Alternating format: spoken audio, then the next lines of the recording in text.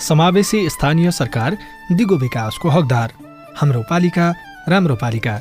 नमस्कार, रेडियो कार्यक्रम हाम्रो पालिकामा तपाईलाई स्वागत छ। म उषा तामाङ अनि म अविनाश आचार्य। CIN मार्फत सामुदायिक रेडियोबाट देशैभरि CINखबर.com र मोबाइल एप CINमा पनि चाहेको बेला विश्वभरि नै कार्यक्रम हाम्रो पालिका सुन्न सकिन्छ।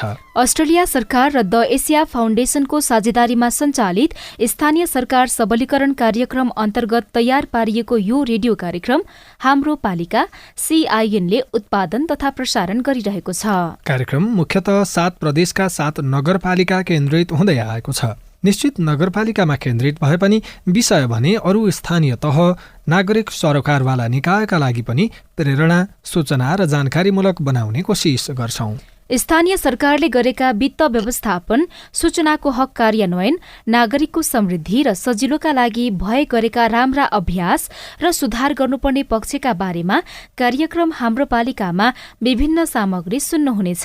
कार्यक्रम हाम्रो पालिकाको अघिल्लो हप्ताको भागमा आगामी आर्थिक वर्षको लागि पुस मसान्तभित्रमा आयव्ययको प्रक्षेपण गरिसक्नुपर्ने भए पनि सबै स्थानीय तहले तोकिएको समयावधिमा विवरण बुझाउन नसकेको बारेमा विभिन्न सामग्री सुनाएका थियौं। आयव्ययको प्रक्षेपण जति ढिलो भयो उति नै बजेट निर्माणमा प्रभाव पर्ने संघीय मामिला तथा सामान्य प्रशासन मन्त्रालयको भनाइ छ। तर कैलालीको टिकापुर नगरपालिकाले भने प्रक्रिया अनुसार नै तयारी गरेका कारण पुस मसान्तभित्रै आयव्ययको विवरण प्रस्तुत गरिसकेको जनाएको छ।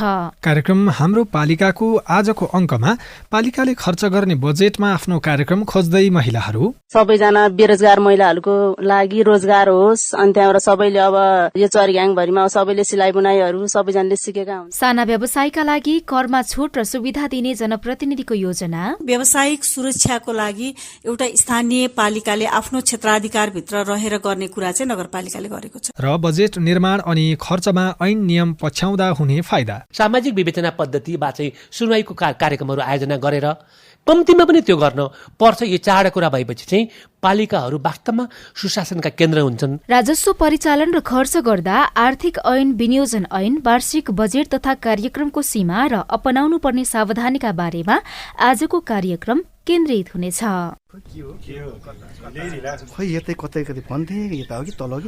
सर नमस्ते। हजुर नमस्ते। नमस्ते हजुर, के सेवा गरौं? सूचनाको हक भन्ने बारेमा रेडियो टिममा खुब सुनिन्थ्यो। हजुर, आज पालिकामा छिरेको बेलामा सोधिहाले हजुरलाई। तपाईले सही व्यक्तिलाई सही प्रश्न सोध्नुभयो। म चाहिँ यो पालिकाको सूचना अधिकारी हुँ। सूचनाको हक भनेको संविधान कानूनमा उल्लेख भएको नागरिकको अधिकार हो हजुर। अनि यो अधिकार त पत्रकारले मागे पाए भन्ने मात्रै सुनिन्छ त, हामी जस्ता सामान्य मानिसले कसरी प्रयोग गर्ने? सूचना माग्ने पत्रकारले मात्रै होइन, कुनै पनि नेपाली नागरिकले सूचना प्राप्त गर्ने कारण उल्लेख गरी सम्बन्धित सूचना अधिकारी समक्ष निवेदन दिनुपर्छ। विधि र प्रक्रिया पूरा गरी निवेदन प्राप्त भयो भने सूचना अधिकारीले 15 दिन भित्रमा उपलब्ध गराउनु पर्ने सूचनाको हक सम्बन्धी ऐनमा भनिएको छ। 15 दिन पो कुर्नु पर्ने? व्यक्तिको जीवनको सुरक्षासँग सम्बन्धित सूचना माग गरिएको हो भने नि हजुर 24 घण्टा भित्रै जानकारी दिनुपर्छ। अनि सरकारी वा सार्वजनिक निकायका अधिकारीले सूचना लुकाएमा 25,000 सम्म जरिवाना हुने व्यवस्था ऐनमा छ। त्यसका लागि चाहिँ राष्ट्रिय सूचना आयोगमा पुनरावेदन गर्नुपर्छ। अनि यो सूचना माग्दा पैसा पनि लाग्छ? लाग्दैन। निवेदन, उजुरी र पुनरावेदन गर्दा पैसा लाग्दैन। सम्बन्धित निकायले दिने सूचना 10 पन्ना भन्दा बढीको भएमा चाहिँ प्रति पन्ना 5 रुपियाँ तिर्नुपर्छ। ल, कुरो बुझ्यो। अब भोलि नै म पनि सूचना माग्न आउँछु। हस्। अस्ट्रेलिया सरकार र द एसिया फाउन्डेसनको साझेदारीमा सञ्चालित स्थानीय सरकार सबलीकरण कार्यक्रम र अकोराब नेपाल।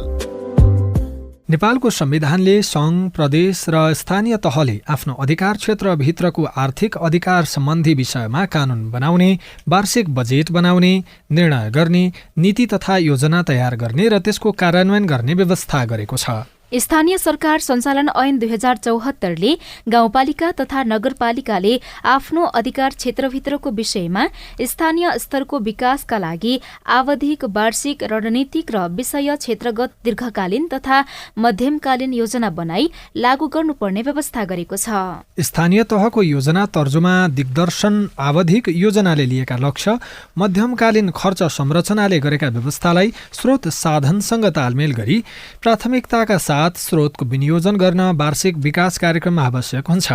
त्यस अनुसारको बजेट र कार्यक्रम बनेको छ वा छैन, खर्च गर्दा कस्तो अभ्यास स्थानीय तहले गरेका छन्। सुरुमा धनुषाको मिथिला नगरपालिकातर्फ लागौं। धनुषाको मिथिला नगरपालिकाले ल्याउने बजेटका बारेमा पालिकावासी केहीले कुनै जानकारी नहुने गरेको बताउँछन्। बनाइएका कार्यक्रम र छुट्याइएको रकम चिने जानेका र आफन्तलाई प्रक्रिया मिलाएर बाँडेको आरोप लाग्छ। तर नगरपालिकाका सूचना अधिकारी दिपेश काफले त्यो मान्न तयार हुनुहुन्न। बजेटको सीमा परिधिभित्र रहेर बजेट बनाउने गरेको छ। घाटा बजेट मिथिला नगरपालिकाले बनाउने गरेको छ।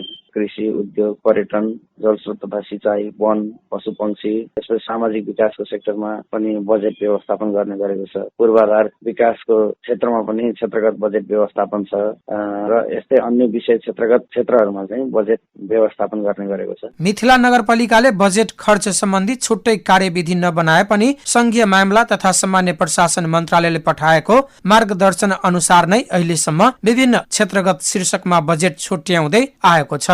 चालू आर्थिक वर्षका लागि मिथिला नगरपालिकाले 83,71,34,882 रुपियाँको बजेट ल्याएको छ।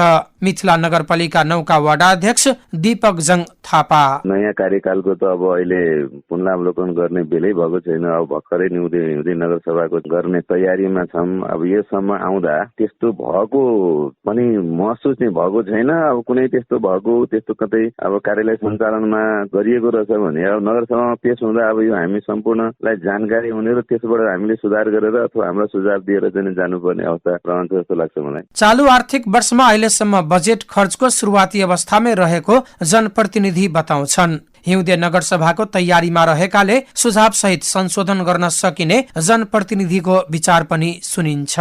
कतिपय अवस्थामा बजेट कार्यक्रम र यस सम्बन्धी ऐन कानूनको उल्लङ्घन हुन्छ भन्नुहुन्छ एकजना स्थानीय ओम विक्रम कुशवाहा। एउटा सचेत नागरिकले हिसाबले भन्नु पर्दाखेरि विगतको जुन जनप्रतिनिधिहरू त्यसमा पनि त म त हुबहु एकदम लागू गरेको त देखिँदैनन् र अहिलेमा पनि तपाईँको जुन नीति तथा कार्यक्रमलाई अहिलेसम्म सुरसार पनि भएको छैनन्। त्यसलाई उल्लङ्घनै भनौँ न, अहिले उल्लङ्घनै भएको छन्। ल्याउने नीति तथा कार्यक्रम एउटा शीर्षकमा, त्यसलाई युज गर्ने अर्को शीर्षकमा, त्यो त देखा पर्ने कुनै त्यसमा लुकाउने कुरै छैन। तपाईँहरू जानुहुन्छ भने त्यो छलङ्गै देखिन्छ त्यो कुराहरू। बजेट एउटा शीर्षकमा छुट्याउने र खर्च अर्को शीर्षकमा गर्ने परिपाटीको अन्त नभएको नागरिक अगुवा बताउँछन्। बजेटमा शिक्षा, स्वास्थ्य लगायतका आधारभूत आवश्यकता पूर्तिका बारेमा कार्यक्रम राख्दा नागरिक सहभागिता बढाउनु पर्ने माग पनि समाजमा सुनिन्छ। विनोद महतो, CIN रेडियो स्वागतम, धनुषा। वार्षिक बजेट तथा कार्यक्रम तर्जुमाको मुख्य उद्देश्य स्थानीय आवधिक योजनाको लक्ष्य एवं उद्देश्य प्राप्तिका लागि स्थानीय तहमा सञ्चालन गरिने विकास आयोजना तथा कार्यक्रमको कार्यान्वयनको प्रभावकारिता कायम गर्नु हो। वार्षिक बजेट तथा कार्यक्रम तर्जुमा गर्दा आवधिक योजनासँग तादम्यता कायम गर्नु पनि अनिवार्य हुन्छ। आगामी आर्थिक वर्षको बजेट तथा कार्यक्रम तर्जुमा गर्दा चालू आर्थिक वर्षको मध्यमकालीन खर्च संरचनाको आधारमा तयार गर्नुपर्छ, जसले वार्षिक बजेट तथा कार्यक्रमलाई आवधिक योजनासँग जोड्दछ। वार्षिक बजेट तथा कार्यक्रमको उद्देश्य विकास कार्यक्रममा पारदर्शिता, स्थानीय स्रोत साधनहरूको न्यायोचित वितरण र विनियोजित बजेटबाट अपेक्षित उपलब्धि हासिल गर्नु पनि हो। त्यसका लागि टिकापुर नगरपालिकाले गरेको अभ्यास र सिकाइ के हो?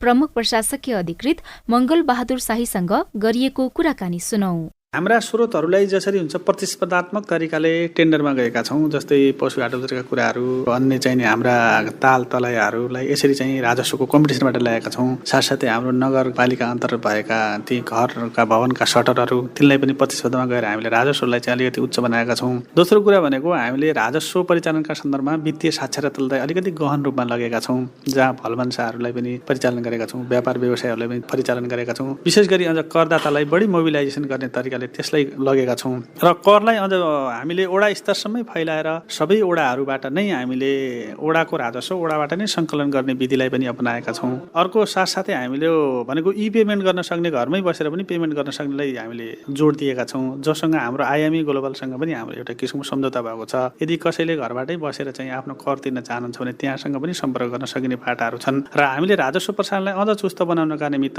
सबै विषयलाई अनलाइनबाट र पेमेन्टका कुराहरूलाई व्यवस्थित गर्दै र सो आएको रकमलाई तुरुस्त त्यसको हिसाब अहिले नै देखाउने तरिकाले हाम्रो सफ्टवेयरको पनि विकास गरेका छौँ। लागत अनुमान तयार हुन्छ, लागत अनुमान तयार गरिसकेपछि इबिट हुन्छ, इबिटमा जसले बढी हाल्दछ त्यसैको स्वीकृति गरेर अगाडि बढ्ने हो। यसरी गर्दै जाँदाखेरिका राम्रा र नराम्रा पक्षहरू के देखिन्छन्? अब राजस्व विशेष गरी अलिकति जोखिमको क्षेत्र हो, वित्तीय जोखिमता रहने हुनाले अब कर तिर्नेहरू कहिलेकाहीँ कर चुकावट गर्नेहरू बढी सशङ्कित हुन्छन् नै। तर यसका बावजुद पनि हामीले अब यो जनताको सम्पत्ति अनि राष्ट्रिय सम्पत्तिलाई चाहिँ अलिकति संरक्षण गर्दै सबैले सहयोग गर्नुभयो भने सार्वजनिक स्रोतहरूको उपयोगका निमित्त अब तपाईँ जस्ता मिडियाकर्मीहरू अनि स्थानीय राजनीतिक दलहरू अनि भएका स्रोत परिचालकहरूले अलिकति सहयोग समन्वय गर्नुभयो भने अझ टिकापुर नगरपालिकाको राजस्व भनौँ अर्थात् वित्तीय क्षमता चाहिँ अलिकति मजबुत हुन्छ कि भन्ने छ। अनि यसको स्थानीय स्रोतको अवस्था कस्तो छ?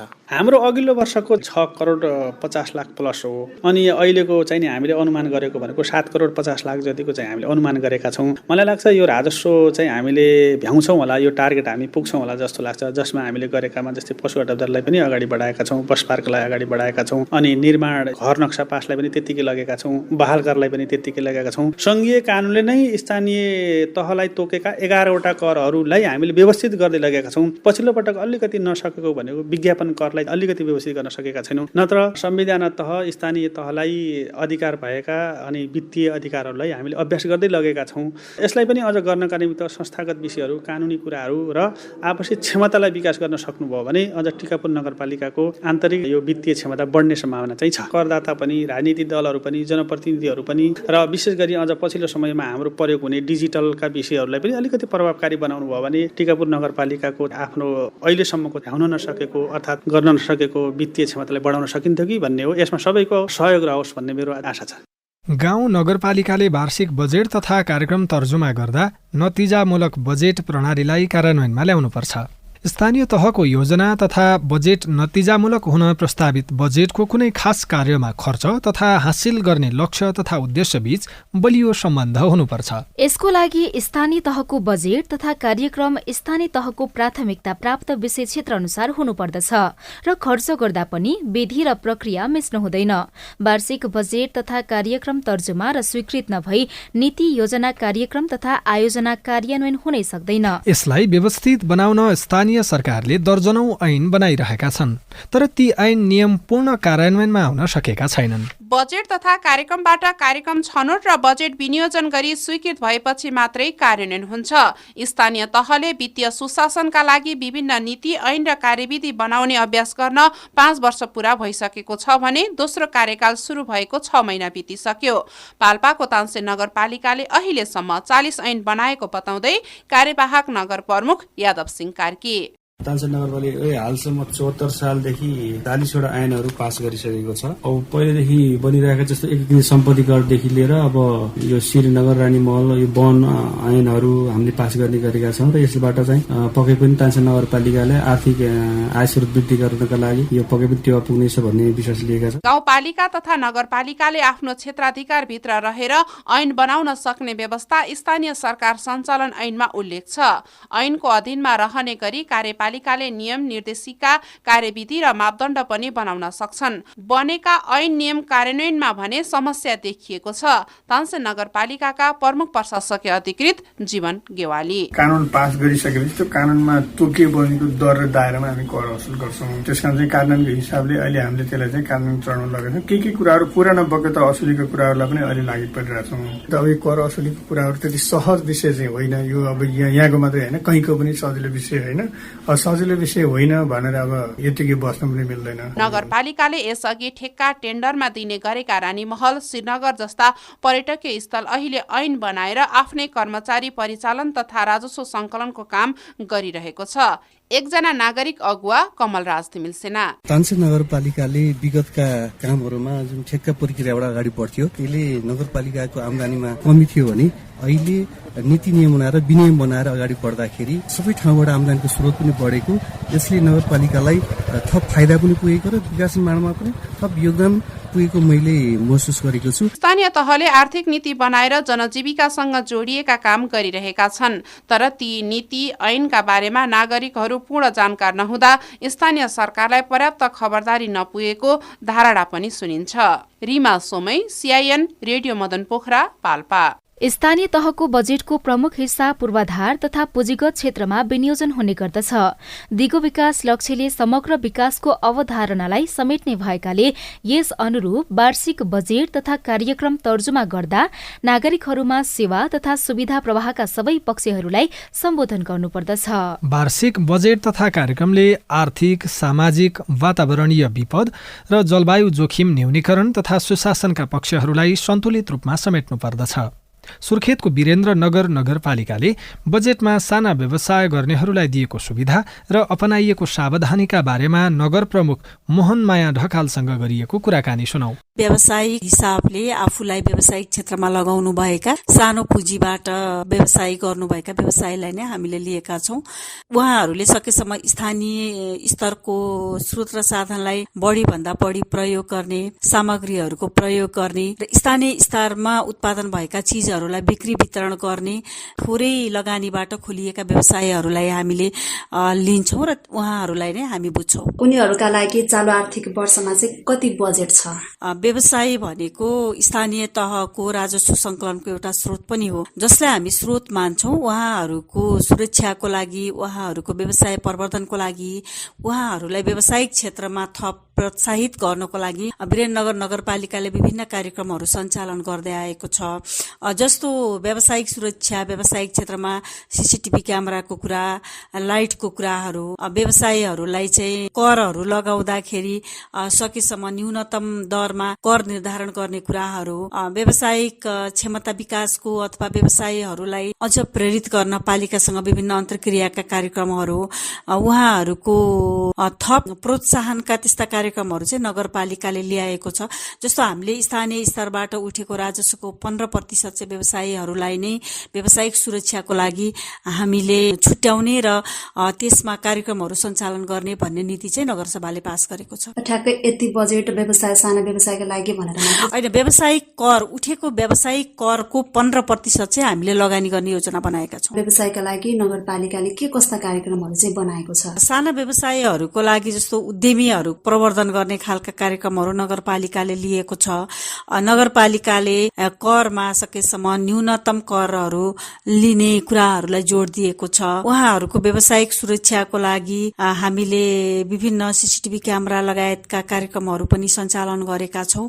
यो गर्ने त्यो गर्ने भन्दा पनि व्यावसायिक सुरक्षाको लागि एउटा स्थानीय पालिकाले आफ्नो क्षेत्राधिकारभित्र रहेर गर्ने कुरा चाहिँ नगरपालिकाले गरेको छ। दुरुपयोग नहोस् भन्नका लागि चाहिँ कसरी सावधानी चाहिँ अपनाइएको छ? यसको जस्तो साना व्यवसायहरू जति पनि हुनुहुन्छ हैन, उहाँ राज्यसँग जोडिने कुराहरू, एउटा चाहिँ कानूनको दायराभित्र रहेर आफ्नो व्यवसाय गर्ने कुराहरू, साना व्यवसायीहरूले पनि व्यवसायिक गुणस्तरमा ध्यान दिने कुराहरू हैन, जस्तो खाद्यान्नको पसल गर्नुहुन्छ भने उहाँहरूले डेट एक्सपायर भएका खानेकुराहरू बेच्नु भएन, त्यसको लागि उहाँहरूलाई हामीले अभिमुखीकरणहरू कार्यक्रमहरू गर्ने।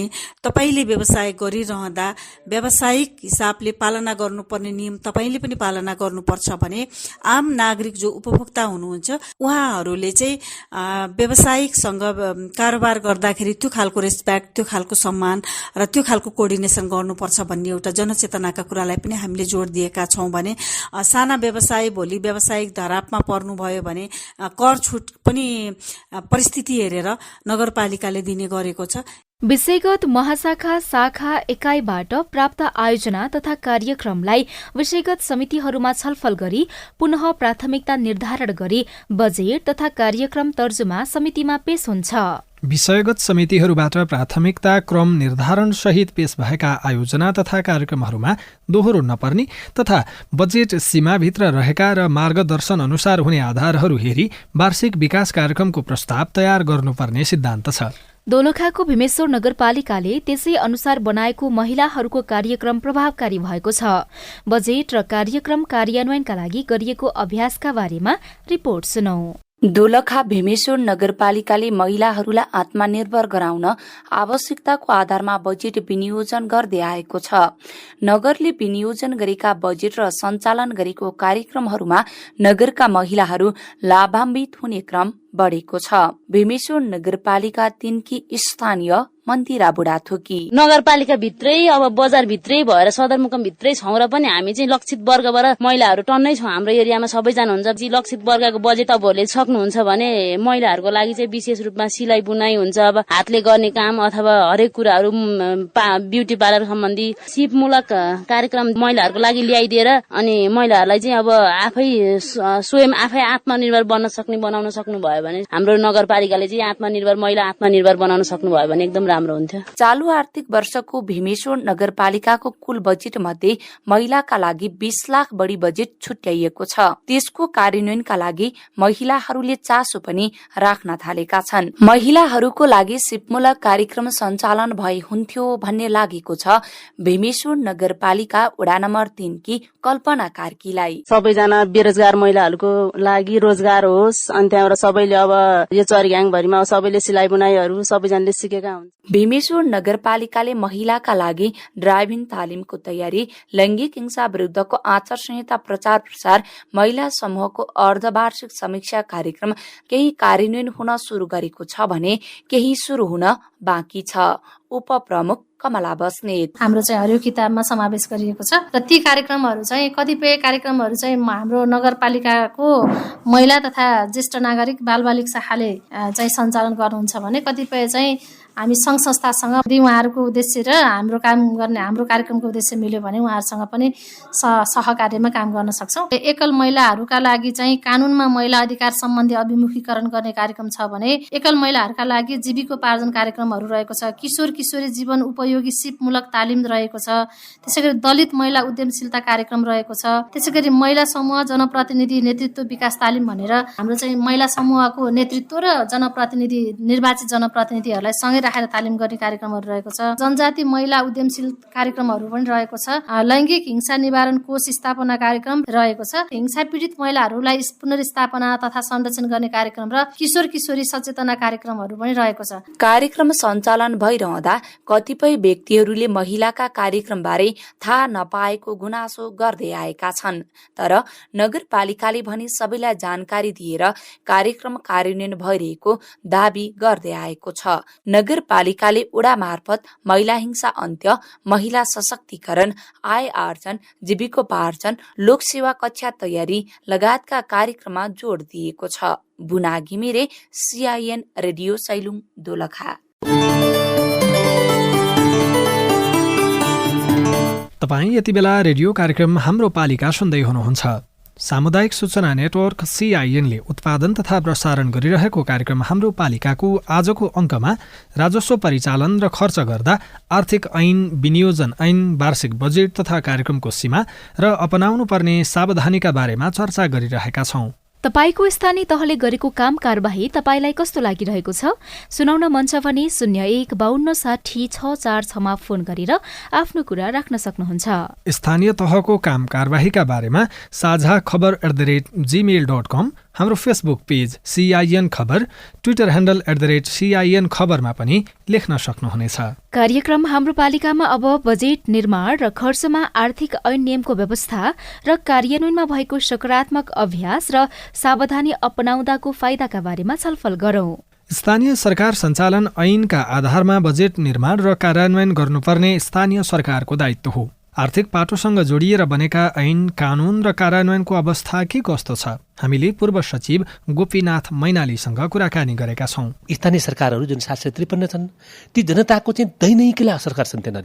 उनीहरूले दैनिकीलाई असर गर्न सक्ने गरी चाहिँ समयमा उनीहरूले कार्यक्रम लिएर आउनु पर्यो। सामाजिक वास्तविकतालाई चाहिँ मध्यनजर राखेर चाहिँ कार्यक्रम बनाउनु पर्यो। त्यो जनतासँगै बनाउनु पर्यो र जनतासँग मिलेर कार्यान्वयन गर्नु पर्यो। जनतासँग मिलेर चाहिँ गरेको कार्यान्वयनको चाहिँ समीक्षा गर्नु पर्यो।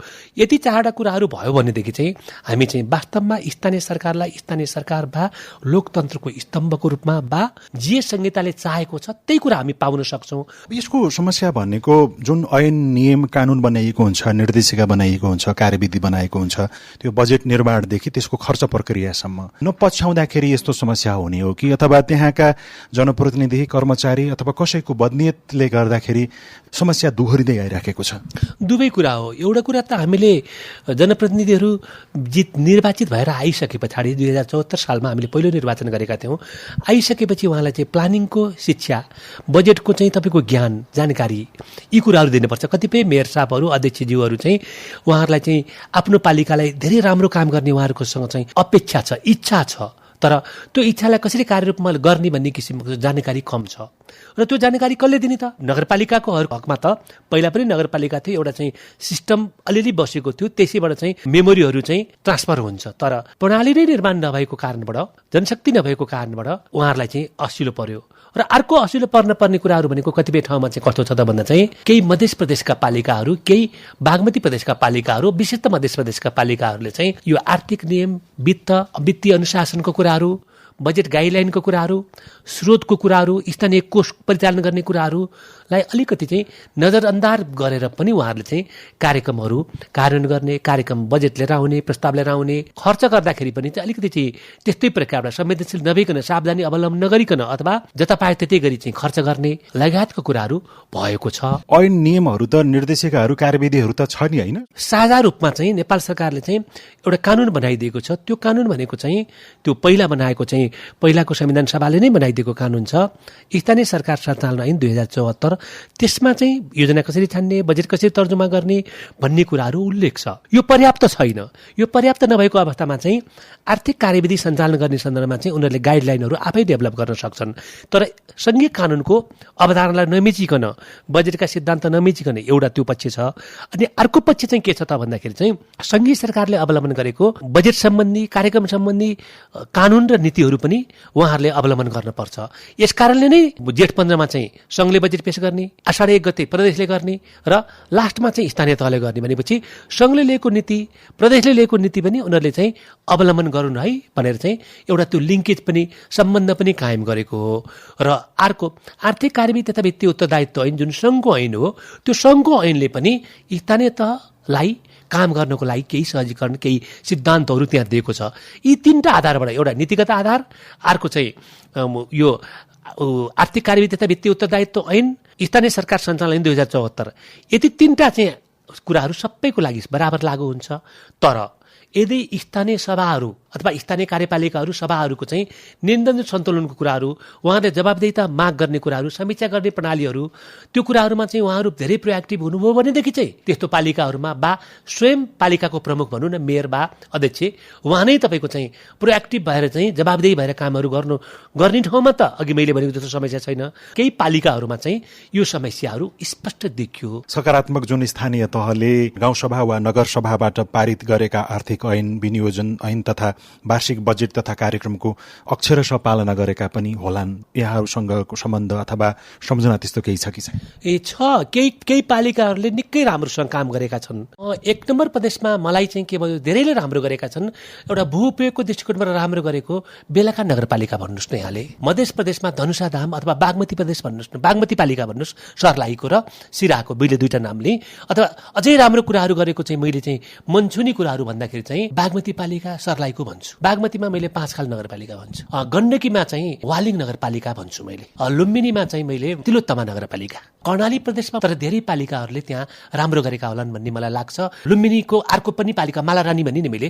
सुदूरपश्चिममा पनि हामीले धनगढी नगरपालिकाले नै उल्लेख्य रूपमा कामहरू गरेको छ। टिकापुरको विषयमा मलाई सम्भवतः राम्रो गरेको होला। राम्रो गर्ने भनेको चाहिँ के कुरा भइदिएको अवस्थामा अथवा के काम गरेको अवस्थालाई हामीले राम्रो, असाध्यै राम्रो, उत्कृष्ट भन्ने? यदि पालिकाको अध्यक्ष वा मेयर चाहिँ राम्रो हुनुहुँदो रहेछ भने, राम्रो सोच राख्नुहुन्छ, आदर्श सोच राख्नुहुन्छ र जवाबदेहिता निर्वाह गर्न खोज्नुहुन्छ भनेदेखि एउटा राम्रो हुँदो रहेछ।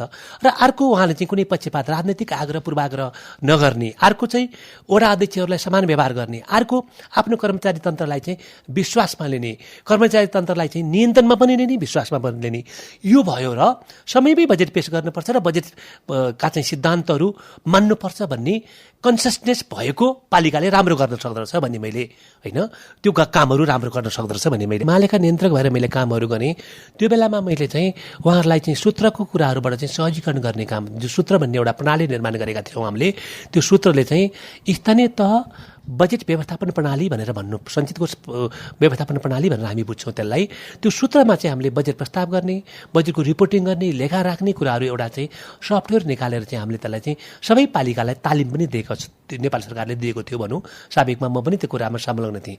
त्यस कारणले गर्दाखेरि चाहिँ एउटा प्रणाली निर्माणमा उहाँहरूको ध्यान दिनुपर्ने रहेछ। कार्यक्रमहरू चाहिँ कार्यान्वयन गर्नेमा चाहिँ एउटा चाहिँ तालिका जस्तो, मैले यो बेलामा यस्तो गर्छु, यो बेलामा यस्तो गर्छु भन्नु पर्दो रहेछ। अनि अर्को चाहिँ काम गरिसकेपछि सामाजिक विवेचना पद्धति, मैले यस्तो कामहरू गरेँ भनेर नागरिकसँग सहकार्य गर्ने, स्वयं नागरिकसँग, किनभने नागरिकसँग नजिक भएको हुँदा त मेलापात जाँदा पनि, पसल जाँदाखेरि पनि हामीले चाहिँ जनतालाई भेट्छौँ, सेवाग्राहीलाई भेट्छौँ। यस्तो बेलामा चाहिँ उसले चाहिँ मैले यस्तो गर्नुपर्छ, मैले गरेको काम के हो भने सोध्ने ओर्ने एउटालाई मैले यसलाई चाहिँ सामाजिक विवेचना प्रणाली।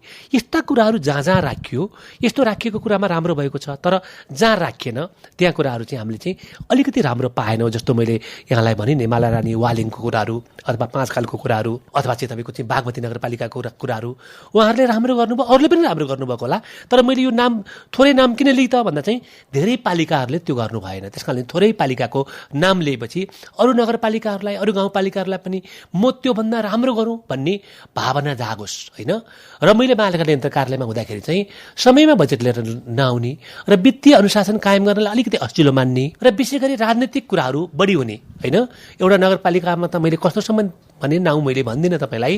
त्यो बेला चाहिँ लेखापाल पनि उहाँहरूले भनेको कुरा चाहिने, उहाँहरूको मेयरकै नाता चाहिने, अनि इन्जिनियर पनि मेयरको नाता चाहिने, अनि तपाईँको चाहिँ कार्यकारी अधिकृत पनि मेयरको नाता चाहिने। यस्तो यो चाहिँ अलिकति सानो सङ्कीर्ण सोच भन्छु मैले। जनप्रतिनिधिमा पनि उपाध्यक्ष उपप्रमुखहरूको पनि भूमिका हुन्छ होला। यो सबै मिलेर हुने कुरा हो कि अथवा कोही एउटा व्यक्तिको कारणले पनि समस्या हुँदो रहेछ? अलिक ठुलो कुरा चाहिँ नेतृत्वको हो, संस्था भनेको नेतृत्व भन्छु मैले। पालिकाको मेयर अथवा अध्यक्ष चाहिँ राम्रो छ भनेदेखि धेरै कुरा उसले राम्रो काम गर्न सक्छ। यदि ऊ अलिकति ध्यान उसले राम्रो दिन सकेन भनेदेखि चाहिँ ऊ गलत बाटोमा जान लाग्यो, विषयान्तर भयो, आउट अफ ट्र्याक गयो भनेदेखि चाहिँ वडा अध्यक्षहरूले, सभाहरूले उसलाई चाहिँ नियन्त्रण गर्नुपर्ने हुन्छ, कन्ट्रोल गर्नुपर्ने हुन्छ। त्यो कुरा चाहियो। र तेस्रो कुरा चाहिँ दुईटाको कुरा भने त्यो मात्रै भएर भएन, उहाँहरू पनि चाहियो भने।